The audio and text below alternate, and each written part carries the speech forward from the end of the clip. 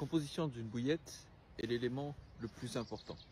C'est-à-dire que de connaître et de savoir chaque ingrédient à l'intérieur de la bouillette, c'est ça qui va vous permettre de définir la qualité de celle-ci. Et c'est pour cette raison que nous allons vous expliquer dans le détail chaque ingrédient que nous utilisons dans notre bouillette. En effet, chaque ingrédient a un rôle particulier. Et c'est ça qui est important de comprendre afin de pouvoir choisir sa bouillette avec laquelle on veut pêcher. Et ça, c'est une des raisons fondamentales. Aujourd'hui, le choix de bouillette est tellement vaste que le pêcheur fait face à un choix cornélien afin de décider quelle ou quelle bouillette il veut utiliser pour sa pêche. Et c'est pour ça que si vous n'avez pas le détail des ingrédients, vous ne pouvez pas faire un choix éclairé quand il s'agit de choisir sa bouillette.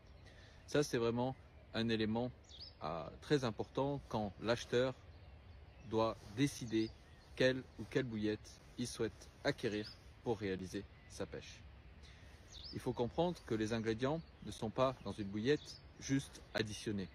En fait, chaque ingrédient, comme je vous ai expliqué, a un rôle prépondérant. Une bonne bouillette, elle doit bien entendu être nutritive, attractive et doit être évidemment capable de diffuser tous ces attractants de façon optimale dans l'eau. Et donc c'est pour ça que chaque ingrédient, ayant sa propre particularité, doit répondre à ce cahier des charges. En plus de ça, il ne faut pas oublier qu'en tant que fabricant d'appât, nous sommes obligés de faire apparaître la totalité des ingrédients que nous utilisons sur le packaging de nos appâts, mais aussi sur notre site internet. Donc c'est pour ça que quand vous allez sur notre site internet www.rodeliver.com, nous expliquons tout dans le détail. Pour chaque produit, vous allez retrouver toute la liste des composants et des ingrédients. L'autre élément évidemment, c'est la composition analytique des bouillettes, c'est-à-dire par exemple le taux de protéines, le taux de lipides, etc. N'a pas l'importance suffisante pour faire son choix si jamais il n'y a pas les ingrédients détaillés derrière. Je m'explique. Prenons par exemple le taux de protéines, celui-ci ne veut strictement rien dire.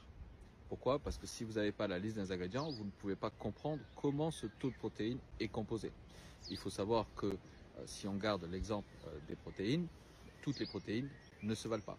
Généralement, les protéines végétales n'ont pas la même qualité que les protéines animales. Et donc c'est pour ça que quand vous avez qu'un simple taux de protéines, sans avoir les ingrédients détaillés, vous ne pouvez pas vous faire votre opinion sur la qualité de celle-ci. Donc je vous dis à très vite pour la prochaine vidéo et on commencera à parler en détail de nos ingrédients. Première vidéo sur les ingrédients, ce sera bien entendu nos protéines insectes. À très vite.